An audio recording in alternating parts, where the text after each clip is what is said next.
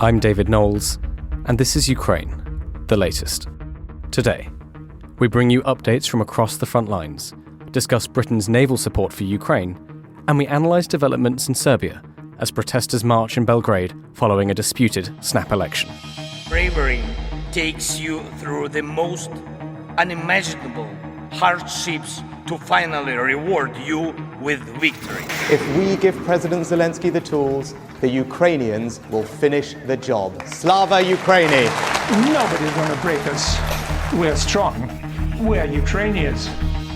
Every weekday afternoon, we sit down with leading journalists from the Telegraph's London newsroom and our teams reporting on the ground to bring you the latest news and analysis on the war in Ukraine. It's Tuesday, the 19th of December, 1 year and 298 days since the full-scale invasion began. And today I'm joined by Associate Editor Dominic Nichols, Brussels correspondent Joe Barnes, and our guest is Ivana Stradner, a research fellow at the Foundation for Defence of Democracies, where her work focuses on Russian information security. I started by asking Dom for the latest news from Ukraine.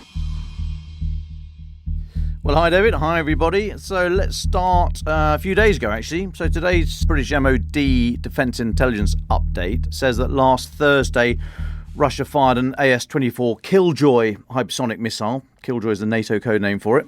Fired a Killjoy missile at Ukraine, the first time it had since the summer, since back in August.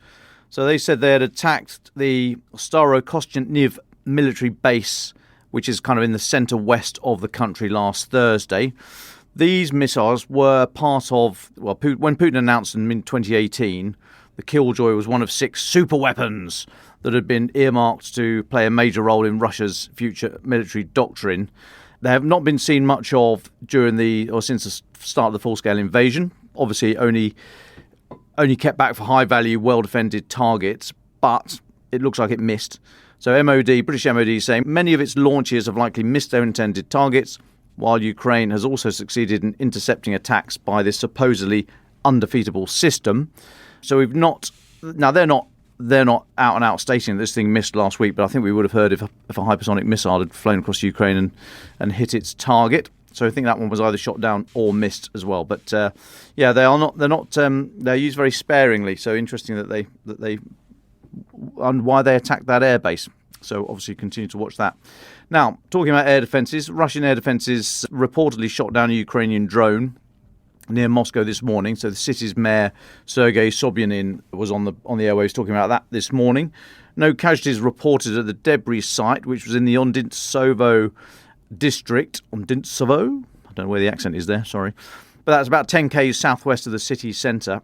However, 2 of Moscow's airports, the Vnukovo, which is pretty close to that, to the crash site, and the Domodedovo, which is further south of the city, said they had restricted flights, which they often do during drone attacks. And then Russian news agencies also piled in, and they also reported that the nearby airports of Zhukovsky, which is a bit further southeast of Moscow city centre, and then Kaluga, that's much further out, about 100 k's out of the city, southwest again, probably on the drone's flight path. So Russian news agencies said that those 2 airports had also placed restrictions on takeoff and landings and aircraft activity. Now, Russian Defence Ministry said the Ukrainian unmanned aerial vehicle was destroyed by the Air Defence Forces on duty over the territory of the Odintsovo district of the Moscow region. I read that out because, somewhat amazingly, in the reports I've seen, there's no reference to this being a terrorist attack, which they normally do for any drones they attribute to Ukraine. So I think they've missed a trick there, because obviously they're not on the same play page as what the Kremlin is normally saying. Now, back into Ukraine, Russia is said to have superiority in manpower and weaponry on 3 fronts. This is coming from Colonel General Alexander Syrsky, the ground forces commander. He said Russian forces are advancing in Kupiansk, Liman and Bakhmut, so that's in the east and the northeast. He says the situation is difficult. We have to fight in the face of enemy superiority in both weapons and personnel. He said, however, that Ukrainian forces were inflicting very heavy casualties on the enemy.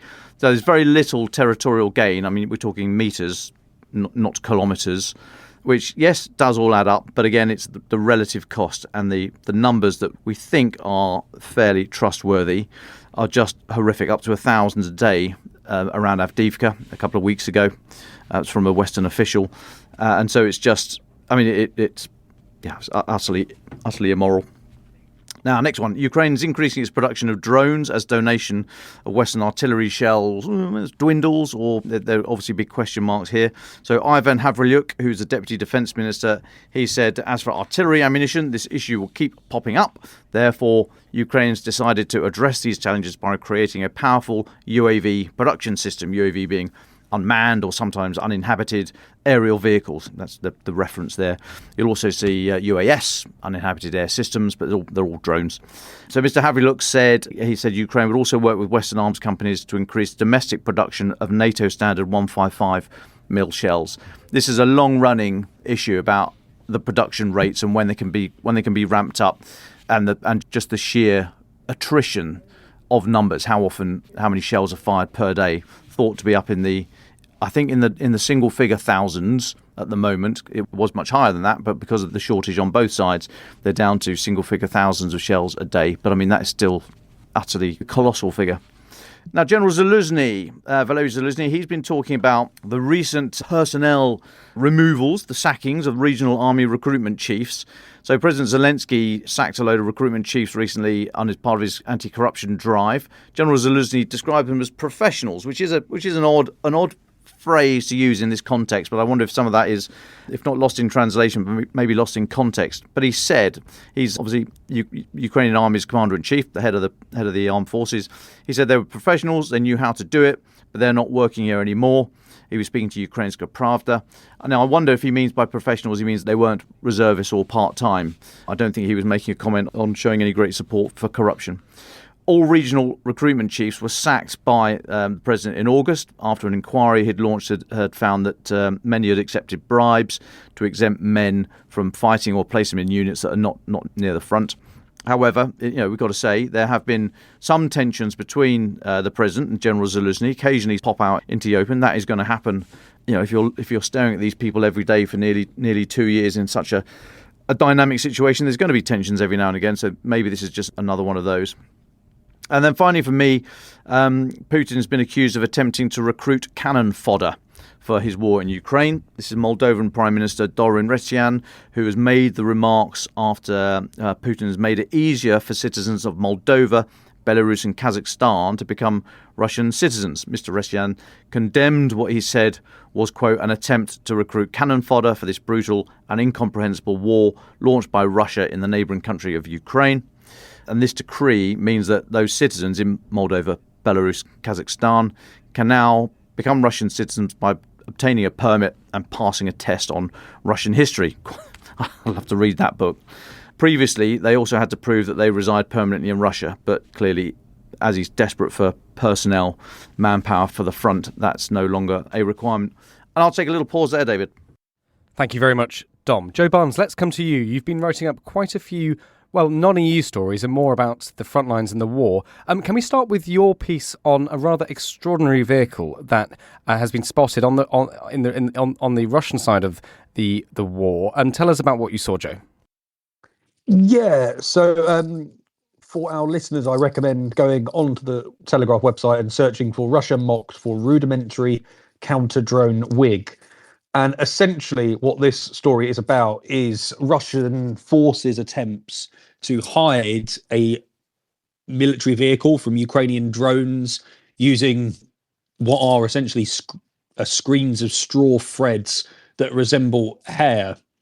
The only way, and you'll need to see the picture, but if you cast your mind back, depending on sort of your age, think of the Magic Roundabout's lovable dog, Dougal, or the Dumb and Dumber van, which I think is called Mutt's Cut from memory. These hairy cars that look a bit like, well, the hairy car that looks a bit like a dog, and yeah, the lovable dog. Yeah, so it's sort of incredible. What it is, it's what the initial picture is a Bukaka, which is a 4x4 truck used by Russia's military. The vans have been used widely to supply forces at the front line, making them obvious targets for Ukrainian drones. So what this is, and it's basically it could be like a giant hula skirt, a giant wig. I saw someone on Twitter which actually made me laugh, comparing it to Michael Fabricant, the Conservative MP. So yeah, I won't laugh, but yeah. And essentially this camouflage is designed to cover the vehicle's heat signature, making it harder for thermal imaging cameras to basically get a sight of it. But military experts do say that technique is somewhat flawed. So speaking to a friend of the podcast earlier and about this, Hamish de Bretton Gordon, he said that basically the outcome of trying to hide the heat signature of the car using this wig was wishful thinking. He said this may dampen the thermal signature, but the windscreen makes it stand out like the dogget it is. He said it would easily be picked up by a $500 drone with even the most basic of night sights. Why is this important now? So what we're seeing is both Ukraine and Russia becoming more reliant on transporting troops and supplies to the front line under the cover of darkness to avoid basically this army of drones that are in the sky, whether they be sort of spotter drones, these first-person view drones that are being used to great effect at the moment. But again, what we are seeing is a lot of cheap Chinese-made night vision cameras being used by both sides now. They're being fitted to drones and basically, taking that sort of nighttime advantage away to move things around the battlefield. So Ukrainian troops have reported that Moscow's forces have started using these FPV drones with heat detection cameras to strike in the darkness, which overcomes one of Kyiv's main technological advantages. If you cast your mind back to a recent Ministry of Defense intelligence briefing, they said that basically because of a tradition of Russia not conducting drills at night time and not basically practicing to fight in the winter, and also the fact that Ukraine has received a lot of night vision, Western sort of NATO standard night vision headsets from its Western allies, that Ukraine had the advantage in the darkness. But now that is slightly changing. So this chap called Serhiy Stonenko, who's a Ukrainian military blogger, said recently, I want to go and show this video to the highest officers. The Russians are hitting our troops with night FPV, including infantry. By spring, this could increase tenfold. So they are basically, this chap, Serhiy, is basically speaking to the effect that Russia is continuously evolving its sort of drone and FPV, especially strategy, and using them to quite good effect on the battlefield. So, and not to laugh at this one Russian attempt at camouflage. So Russia has always sort of lent these increasingly crude but creative attempts to conceal its vehicles and weapons from watchful Ukrainian forces. You remember images released earlier this year appeared to show fuel trucks disguised as commercial logging vehicles, basically with these logs that were built around the tank to basically fool Ukrainian forces into thinking it's not a fuel truck, it's a logger. But no. And they've also frequently deployed these like heat blankets in a bid to cover up various targets on the ground, often used by sort of like snipers and infantry units. When they see drones above, they'll put these on and hopefully their heat signature will be covered up. But I think I should hand over to Dom, because I know he's got a few things to say and obviously lots of expertise in this area. Well, I was just going to add to that. I mean, it's worth looking at the picture first of all. Thanks, Joe. I mean, it looks ridiculous. This truck is just sort of dressed in the worst of Francis Derny's dressing gowns, basically. But in the British military, certainly the British Army, under the lesson of why things are seen, we talk about the 7 S's. So why do you see something? So picture a scene, a countryside scene or an urban environment, whatever. Just have an image in your mind right now. So what's going to make you pick out something from that scene? If you're looking over the countryside through a pair of binoculars or a tank gun sight or whatever, why are you going to see something? And the British Army says it's the 7 S's. So shape, shine, shadow, surface, silhouette, spacing, and sudden movement. Okay, I'll very, very, very quickly run over this. So shape, if it's not natural, the natural world doesn't really have many straight lines and right angles and all the rest of it. So something like this truck it's almost like a big Winnebago. I mean, it's quite long. It's very square at the front, the back. It's just there's lots of straight lines and right angles. So it's the wrong shape. You'd notice that. Your eye would pick that out. Shine. Yep, it does all right for that because it's not a very reflective surface because it's all this big hairy material. So shine, okay, fine. Shadow, again, that's about where you position something in a tree line or how you're going to hide it in a built-up area so it doesn't cast a shadow. And you've got to think about where you're sighting your equipment through the day because guess what? The planet moves and so the sun wobbles around the sky and the shadow moves. So you've got to think about where you're sighting your bit. So fine, for now, it ticks that box so we don't know where they put it. Surface, now that's kind of what you're wearing. That's the disruptive material that you need to be wearing to break up the lines underneath so you don't see the shape of a human body, the very distinctive edges between a head and the shoulders, for example. We all pick that out straight away. You can see people in a crowd. That's why you sometimes get these big sort of cardboard cutouts of police officers in shop windows and whatever, because they're very distinctive. You see the person, first of all, before you see the uniform, and then you realise it's just a lump of cardboard. And on this one, so the surface, they are, it's all sort of browny, sort of downy, dungy coloured material, but it's all the same. It's very uniform. So that might be perfect for when you're up against a browny, downy, dungy backdrop. But when you move it and you're then against some trees or against something, it's different. So it's too uniform. And so on surface, it gets a big, you failed there. Silhouette, again, that means you don't be on the top of a hill and be silhouetted, you travel down in the valleys, so on and so forth. Spacing is how you move across an open area. Again, there's very few, if any, regular shapes in nature. So if you notice, even if you're going slowly, if there's a 50-metre gap between the vehicles as you're moving along, even if you're going really slowly, the human eye will pick that out because it just looks odd. And then finally, sudden movement. If something dashes, that would naturally draw your attention. Now, I don't think, looking at this vehicle, there's any danger of it ever achieving sudden movement. So we can probably say they're all right on that front. But for me, when I looked at it, it rang out straight away. And we're not even talking thermal here, the thermal signature, because it looks like quite an old vehicle. So it's probably quite loud. It's probably got it's not very shielded thermally. Joe, you were talking about the thermal blankets. Well, I doubt the engine compartment is encased in a sort of thermal sleeve. So I would have thought that would stick out thermally, but I guess the British Army couldn't work out how to say thermal with an S at the front. But for me, shape and surface is why you would see that vehicle.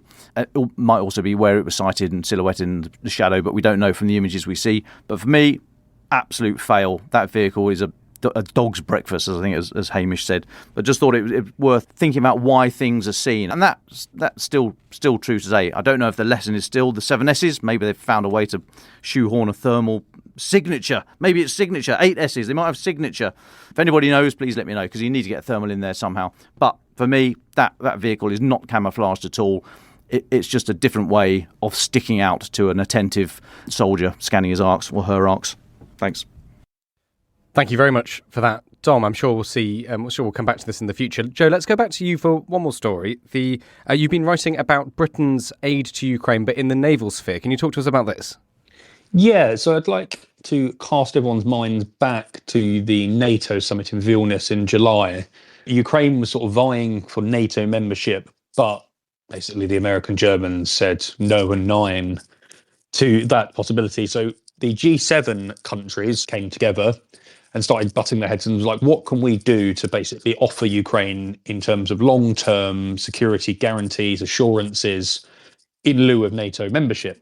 And everyone decided, or the G7 decided, so there's Britain, America, Canada, Italy, Germany, oh God, who else? Japan, maybe South Korea, I can't remember off the top of my head, decided to basically come together and put in place this negotiating framework that countries could use to negotiate long-term security assurances for Ukraine. And it looks like Britain is going to be first out the blocks to sign that one of those bilateral deals with Ukraine. And so I've been talking to people and managed to pick up some intel on this. And it looks like, or it is going to be the case, that Britain is going to use its naval expertise to help Ukraine control the Black Sea as part of a 10-year security pact.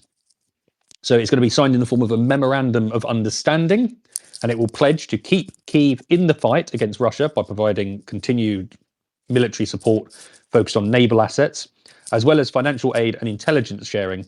But it also then looks at a post-hostilities world. The language in this document, which I've not actually seen the document, I've spoken to people about what's in it, and they say that it will contain promises of a post-war security guarantee to ward off Moscow should it consider attacking again. And that includes stepping up weapons deliveries again and reimposing sanctions on Moscow. So British officials have told their Ukrainian counterparts that the country will focus on bolstering Kyiv's maritime capabilities. So military leaders in this country have been incredibly impressed with Ukraine's performance in the Black Sea, and which has essentially forced the Russian Navy to end its blockade of the Black Sea, allowing Ukraine to open its own unprotected, or it's protected by Ukrainian forces, shipping route for grains and steel out of its southern ports, and also pushed the Russian Navy, the Black Sea Fleet, basically beyond Crimea and Sevastopol. So it's really it's done incredible amounts. So basically the UK wants to really build on a recent, what it called a maritime capability coalition alongside Norway, which is set to deliver 2 Royal Navy mine hunting ships to Ukraine. You probably remember Dom speaking about that recently because he wrote the piece for the website paper. But it won't be just that. It won't just be maritime. Britain will also look to give continued land and air assets and help in that fight. So yeah, that's a bit on what Britain's going to offer. Joe, can I just jump in before you move on? May I just jump in with a question on that? How helpful do you think these kind of developments are? And what I mean by that is, it's all very well saying Britain's going to help maritime, dominate the Black Sea, blah, blah, blah, all good. But of course, this is all post-conflict. Now, do you think, no one's talking about nudging, no one's openly talking about trying to get President Zelensky to sue for peace, where the lines are, negotiate now, etc., etc. But do you think the more, as you take the temperature of Brussels, do you think these kind of interventions almost give strength to the side of the argument that says, look, all these things are waiting for you, just if you sue for peace now, with the lines as they are, all these things can wait, then we'll get on with the EU and NATO membership and blah, blah, blah. And I just wonder if the more that folk might think that these are very helpful interventions, but they might actually be starting to skew the narrative towards, look, for goodness sake, if only there was peace, we could then get on with all this stuff. And I wonder if it's actually becoming unhelpful. Just would welcome your view from Brussels on that. Yeah, I think there is an element of that, and you have to, when you offer Ukraine something with the proviso, but we can't give it to you while you're in active hostilities. That does obviously open the sort of the playbook and allow for discussion around should negotiations happen. But I think what is quite insistent from whether it be a British official or sort of other European officials in negotiating these documents, they just don't see negotiations possible at the moment because Vladimir Putin doesn't want to negotiate. They say he still has his maximalist goals.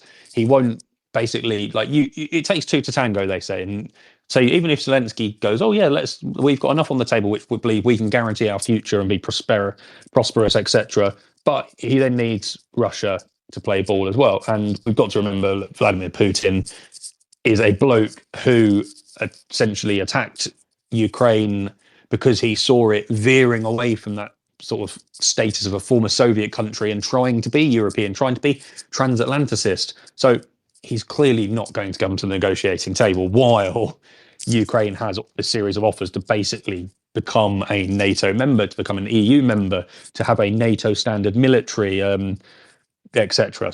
But then what we could talk about as well on the flip side of that is, are these memorandums of understanding being negotiated by the UK, by the EU, by around 30 different countries around the world, are they as good as NATO membership? No, because they don't contain these sort of mutual defence packages like NATO's Article 5, that sort of one for all and all for one mentality that promises to go to the aid of any country attacked by another or another actor. In some cases, the only time Article 5 has been triggered was after 9/11. That was a terrorist organisation rather than a country. But yeah, so it's interesting to think along those lines. So yes, it could create an atmosphere where negotiations are more viable, but let's remember Vladimir Putin probably isn't going to negotiate when he knows that at the other end of this is NATO membership. It is more tanks, more artillery, more naval expertise for Ukraine. So yeah, I don't know if you agree with that or you think that's the right assessment, but yeah, that's my reading of it. Yeah, I think it's entirely fair, and obviously nobody knows, but I just wonder if this, put it in a different political context, maybe in a changed political landscape in the US, for example, if the more there are these, they're not guarantees, but the more there are these bilateral defence arrangements, that's an easier sell for a politician explaining it to a confused, worried, maybe slightly detached public to say, well, there's all this other stuff. These are all good things. You might find the public opinion going, yeah, actually, that's all right. There's a load of stuff that they could do if only they negotiate now. So yeah, on the face of it, absolutely no negotiation now, no desire to. But I just wonder if other people will start to use this for their own ends, unless this adds to some sort of some kind of momentum. And I'll talk about. I've actually done some research that I've got something for my final thoughts. I'm not gonna pop my cherries just yet. I want to save that for the end. But yes, I think if this adds to the momentum, good. But if it's left alone, other people will use it for their own political devices. Yeah, and I think, but actually, what's important to look at when we're looking at this British offer, and it's a 10-year offer of support, and it will probably have clauses to roll over again and change it in the future. But it is essentially a twin track. It's covering and the idea of keeping Ukraine in the fight against Russia now, but it is also then looking at a post-hostilities world and looking at what they can do, what Britain can do, what other countries will no doubt have their own ideas to basically ward off another attack by Moscow. But as I was researching this piece, speaking to various sources, I managed to also get a glimpse at what the EU is going to offer in its own security package. And the EU is looking at a 9-point plan that, firstly, it promises Kyiv further weapons deliveries, and that's part of a well-publicised 20 billion euro package for the next 4 years. Again, something that we know and is sort of out there anyway. The EU is going to promise to enhance cooperation between European and Ukrainian defence industries. That, going back to, is the idea that Ukraine wants to be able to manufacture weapons in its own country. It wants to have its own supply of 155, its own supply of sort of artillery, howitzers, tank ammunition, you name it. It will continue the EU's training programme, as will the UK's expectedly. Again, more intelligence sharing and satellite imagery sharing. But then there's also some other sort of caveats, because all of these offers to Ukraine come in caveats of looking at a post-war world where a well-armed Ukraine that is known for being once a corrupt country, that Zelensky's government are really trying to crack down on that. So there's some caveats and some reforms that come alongside that. So the EU in its post sort of war effort would send an advisory mission to Ukraine to basically prevent small arms illegally seeping out of the country. So arms traffickers taking advantage of the amount of guns and small weaponry that could be used by terrorists or fall into the wrong hands, other criminals, basically help track and close down that market. They're going to commit to various demining efforts once the war draws to an end. So I think Ukraine is probably the most heavily mined country in the world now because of what has happened from Russia. And the Ukrainians also do that, but not to the same extent. And then, as I said, Ukraine has also promised to its international partners it will reform military transparency, modernise its military. So a lot of this is all about turning Ukraine into a NATO interoperable force. So basically making sure it is ready to fight inside NATO when the time comes. And then also various implementation of law enforcement, judicial and anti-corruption measures, as I mentioned. So I will leave it there. Well, thank you very much, Joe and Dom, for all of that. Let's come back to any final updates you may have at the end of the podcast. But let's go now to our guest, Ivana Stradner. Ivana, thank you so much for joining us from the east coast of the US. And we brought you on because we want to hear your thoughts about the Serbian snap elections. These are the snap parliamentary elections. Can you tell us about these elections? Why were they called? Who are the main characters? And what's the outcome so far? Certainly. Good morning, and thank you very much for inviting me to your podcast. Usually, I talk about Russian information warfare, but this time I cannot think of a more important subject in the Balkans than to talk about elections that happened on December 17, when Serbia had parliamentary and local elections. And just a fast move forward is that yesterday thousands of people already gathered in front of the State Election Commission headquarters, basically protesting against current government, chanting that they are thieves and asking current Serbian President Vučić to leave. And they complain about fraud in Belgrade in local elections. President Aleksandar Vučić, he immediately claimed victory in snap parliamentary elections, basically emphasizing that his party is heading for an absolute majority. And that really didn't come as a surprise because he fully controls the media space and he has been in power since 2012. His campaign was basically Alexander Vučić, Serbia must stop. So just a brief background that he was a Minister of Information during Milosevic government. And then in 2012, he decided to change a little bit his approach, selling the West a story that he wants to actually bring Serbia towards the European Union. And he has been balancing between East and West, trying to appease both Russia and China, but also the West. As soon as he came to power, he destroyed pro-Western opposition and he strengthened the far-right groups, which was exactly something we saw during these elections as a result. So basically, he positioned himself somewhere in the center so he could look like the only viable option for the West. But the real question is, why elections now? And why those snap elections? Well, to strengthen his power, because he has had three main challenges over the past few months. Actually, the first one, that Serbia had two mass shootings that triggered massive protests for months. And those mass shootings in May, they sparked huge opposition gathered against Vučić.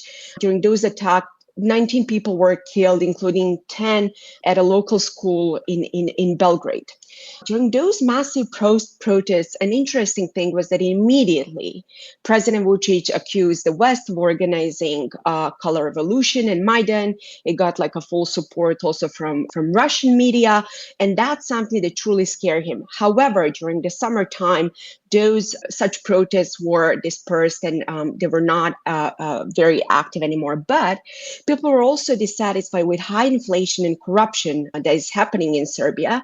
And and in my view, this was truly the trigger for organizing elections, that in September there was an escalation in Kosovo during Banjska incident that was described as a terrorist attack.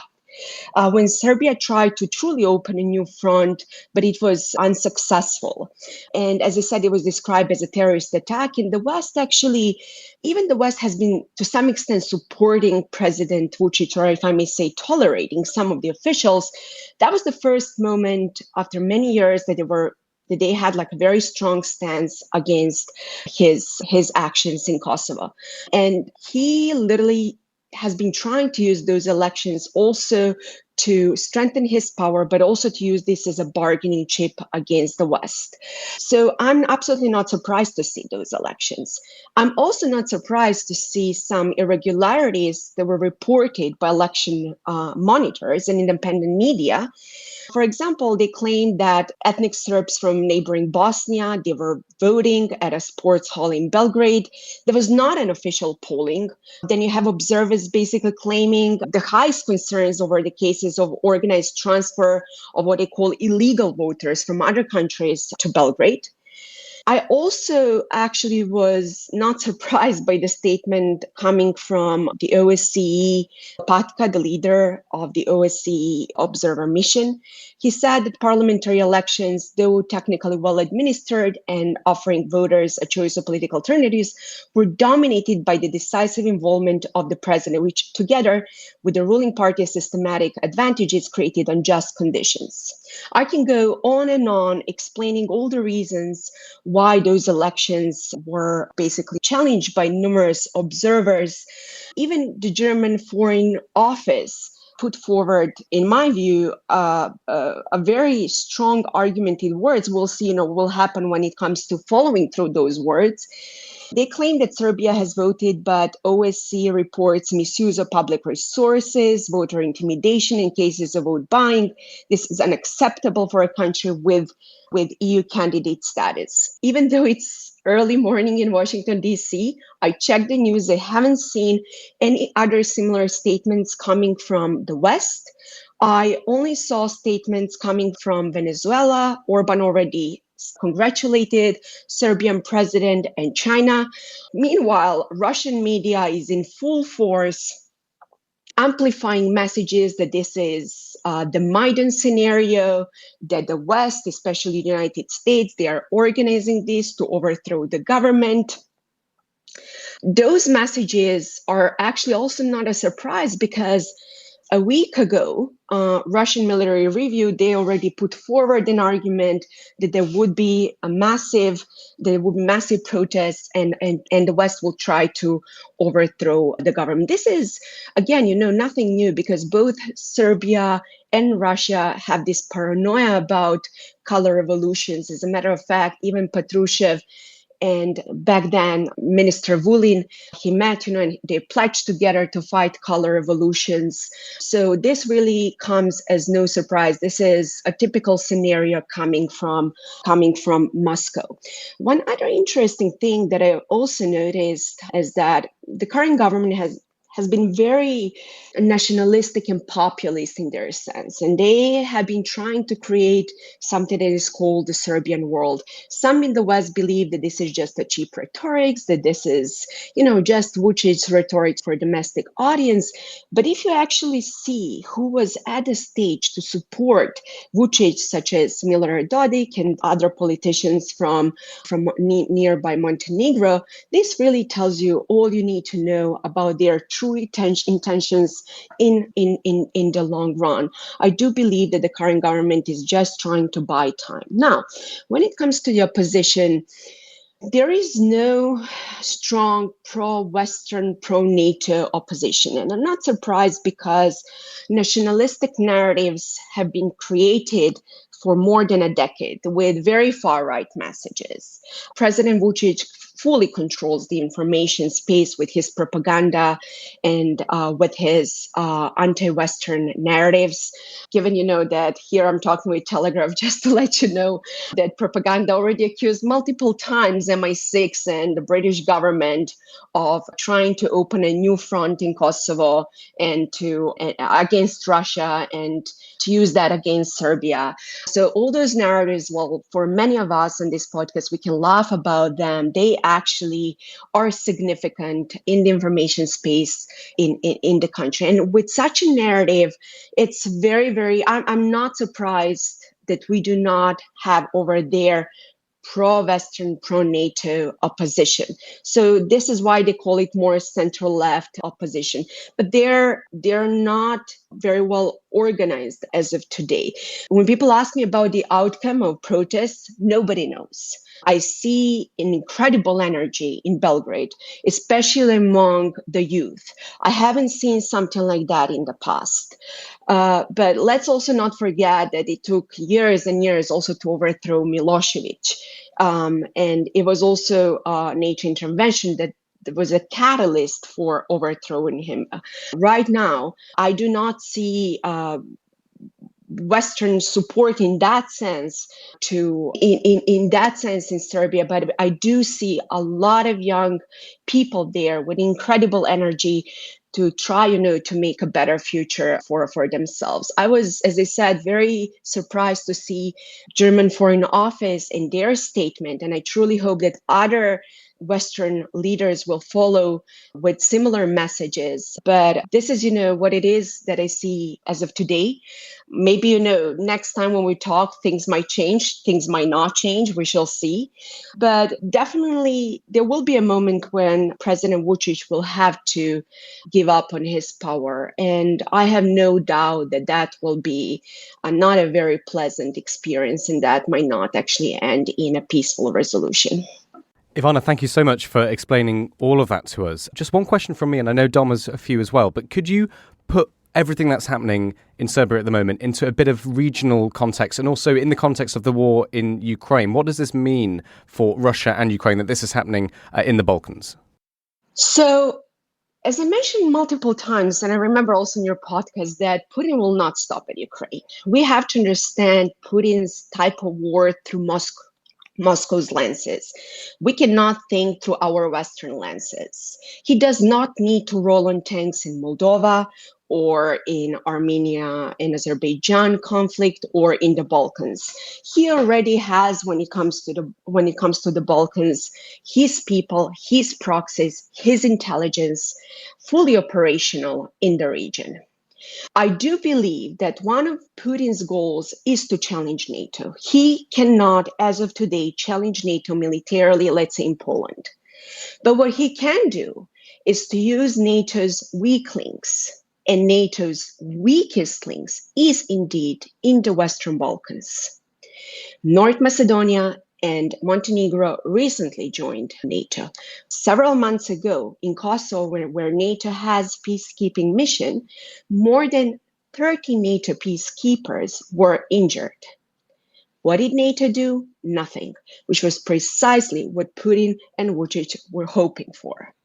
So as of today, I do see two specific weak links in the Western Balkans. One is Kosovo, that I do believe will continue to escalate because on one side, Putin has his own goals, but also President Vucic has his own goals when it comes to Kosovo, always to escalate the crisis and then to de-escalate the crisis and then to use that as a bargaining chip against the West, positioning himself as a pillar of stability. In the region.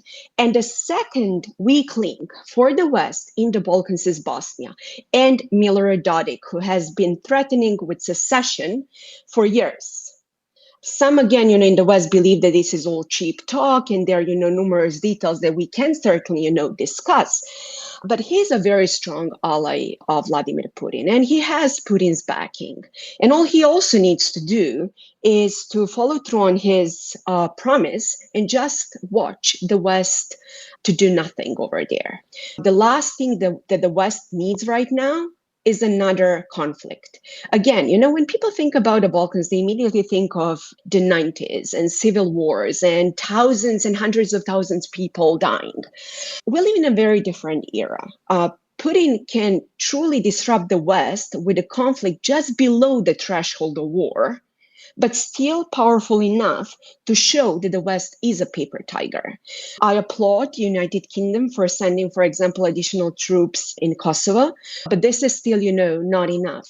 Because as I said, there are two parallel things going on one side, what Putin has been trying to do, whether triggering similar conflicts between Armenia and Azerbaijan, or whether in Moldova, or what's happening even right now in Latin America with Maduro and his gaslighting about a potential conflict.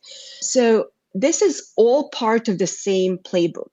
I have to admit that today I'm more positive than I was, last year because the West is paying now more attention to the region. As a matter of fact, NATO Secretary General just recently visited the Balkans. And this is, my assessment as of today when it comes to regional politics and security. When it comes to also regional politics, I can also, certainly talk about Montenegro, and which is a NATO member state that unfortunately is turning and leaning more towards Serbian world and Russia. And this was all a subtle strategy for years, and the role of the Serbian Orthodox Church played a tremendously important role over there, where actually, if you understand how Putin used the church in Ukraine by polarizing basically the church, that's a very similar thing, what happened in Montenegro between the Serbian Montenegrin Orthodox Church and how they catalyze more polarization. There were litie, which is like a religious protests in the country. So I have to admit, the Balkans had a huge opportunity after the end of Milosevic regime to truly align itself with the Western values and become fully part of the European Union and NATO. But due to appeasement and especially Merkel's foreign policy and Macron's foreign policy for years, the Balkans is where it is, today. And this was certainly an opportunity for both Russia and China to step in over there and to disrupt the region and to corrupt the region and to introduce themselves as a savior, in the country. And my last point over there is, when analysts talk about, for example, Russian involvement in the Balkans, all those activities are invisible. Again, Russia does truly not need to send tanks and jets. That's not how they operate. They operate through paramilitary groups, through mafia, through gangs, through sports groups, the way that they have been using culture and religion to solve more ethnic tensions in the region is truly mind-blowing. But again, it's a very similar playbook that Putin has used in Moldova or elsewhere in his neighborhood. So having said that, with Russia's war in Ukraine, all Putin truly wants right now is the West to become tired of war and the West to stop supporting Ukraine. And no surprise, while we see more and more threats with opening new fronts, and the Balkans is also part of that playbook.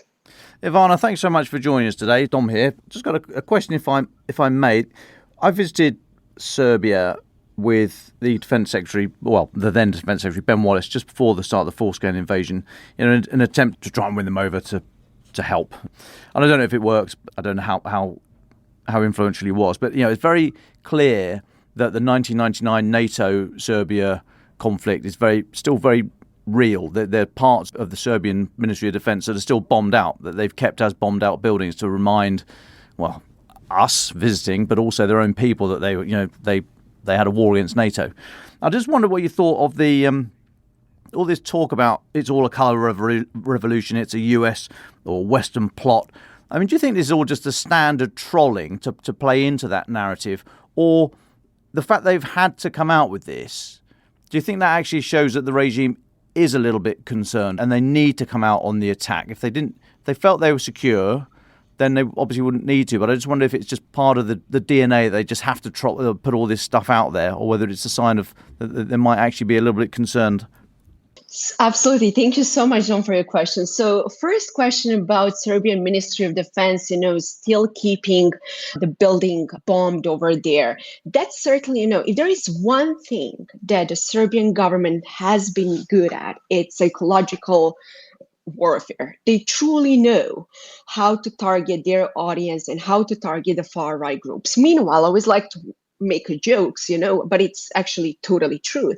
While all those politicians keep supporting Russia and keep supporting the far right nationalistic narratives, they love to send their kids to American and British schools. And they love to keep their money in the West. So this is truly, the part of hypocrisy. But also, it is the part of the fact that the West also didn't invest in creating free media space that would build a better pro-Western narrative. So that's something that I also want to emphasize. In terms of those color revolution narratives, et cetera, I mean, you really just have to go back and to read Russia's information security strategy. The first one was, made 23 years ago. It has a full obsession, with Western color revolutions, etc. And a very similar thing is actually happening, in Serbia, because the current government, they firmly believe, it was the CIA that overthrew Milosevic, and certainly, they fear such narratives, and that's why they are pushing such narratives in the media. Vucic portraying himself as a victim. I mean, just a few weeks ago, even Vucic's propaganda put on a cover page that my colleague and I are working with NATO to overthrow him. This really tells you all you need to know how paranoid they are, even for some random researchers and academics like myself. But that particular message has two targets. One is certainly to show to the Serbs, you see, they're working against us. They want to overthrow our government. The West wants to occupy the country. Another narrative is the decadent West, is bringing the decadent values in Serbia. But look, Russia, they have traditional moral and spiritual values. They're in alignment with the Orthodox Christianity. And the second thing is, what you just perfectly put, it's fear. Vucic knows very well that even though he has a full media space and full media control, he has his people everywhere, that his government is fragile.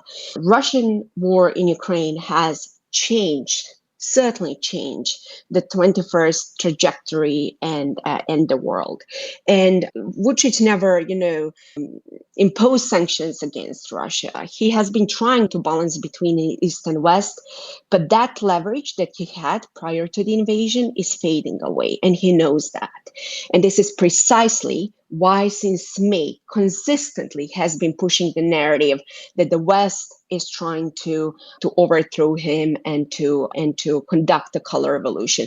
Like literally, there is a party show on Telegram channels every day pushing narratives about color revolutions. And this also has been triggered, and has been written by Russian other propaganda such as RT and Sputnik that are freely operating Serbia. They get picked up by local media. So that's the narrative that he truly fears. And he fears, people, and just like all dictators, they fear ideas. And I'll tell you again something. Yesterday, when I saw young people protesting against Vucic, I haven't seen that energy in a long time. And that's something that authoritarian regimes fear more than anything else. Ivana, thank you so much for your time today. It's been really great to hear your thoughts, and thank you for taking us through the events in the region and their implications. Let's move now to our final thoughts then. Dom or Joe, would you like to go first? Yeah, I'll jump in if I may. Thank you. So earlier we were talking about the context that a lot of these things are landing, and whether or not they build a narrative that some might use to try and push Ukraine towards negotiations. And I note that today, Lord Cameron, David Cameron, Britain's former Prime Minister, now our Foreign Secretary, he's said that Britain will support Ukraine, this whole phrase that's coming out again and again, for as long as it takes. So he's in France. He's meeting his French counterpart, Catherine Colonna, for talks today in Paris. And he said, Britain and France have been staunch supporters of Ukraine, and we will continue to be for as long as it takes. I have no doubt that we can make sure Putin loses, and it is essential he does lose. Okay, so I think that's a welcome break from, and an addition to, the somewhat sterile and increasingly unhelpful as long as it takes. As long as it takes to do what? Well, here we've actually sort of nudged it on a little bit. He actually says it's essential Putin loses. And his phrase, I have no doubt, blah, blah, blah, we can make sure that happens, is good. We just need to hear some more concrete ideas about what losing means. And if Lord Cameron has no doubts that we could all make that losing happen, when is the international community going to galvanise around somebody to make that happen? So I think a helpful contribution, if it just left it as the trite old as long as it takes, I think we would be a bit bored. And I think that's starting to send a message. So he's nudged the dial a little bit, but more please from the international diplomats. Thanks. Thank you very much, Dom. With one eye on the time, very quickly, Joe and Ivana. Joe Barnes.